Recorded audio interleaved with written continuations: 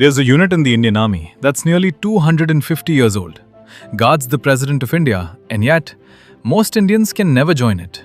Not because of merit, not because of fitness, but because of which community you're born into. This is the President's Bodyguard, and today, we're explaining exactly why. The President's Bodyguard, or PBG, is the oldest surviving regiment in the Indian Army, raised all the way back in 1773 by Warren Hastings.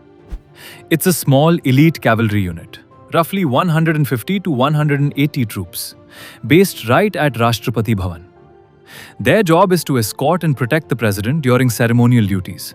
And if you've ever watched a Republic Day parade or a state function at the president's house, those mounted soldiers in turbans on horseback, that's the PBG. Here's the part that surprises people. At the trooper level, meaning the actual soldiers, not officers, recruitment is restricted to just 3 communities: Jats, Rajputs, and Jat Sikhs. And it's not random. The regiment is structured to take roughly equal numbers from each, about a third each, mainly from Punjab, Haryana, and Rajasthan. But here's the important distinction. This restriction only applies to troopers. Officers and administrative staff of the PBG can come from absolutely any community, any state, any background in India.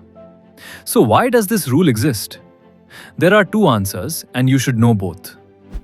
The historical answer goes back to British colonial India, when the army recruited along caste and regional lines under something called the martial race theory.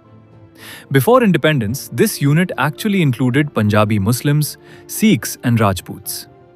After partition in 1947, the Muslim troopers moved to Pakistan, and Jats filled those vacancies, which is how we got today's 3-community structure. The official answer, the one the army has actually given in the Supreme Court and Delhi High Court when this policy was legally challenged, is different. The army argues this is purely a functional requirement, that ceremonial duties demand uniform height, build, and appearance for visual consistency during parades, and that this isn't about caste preference at all. And here's something most people don't know. PBG isn't alone in this.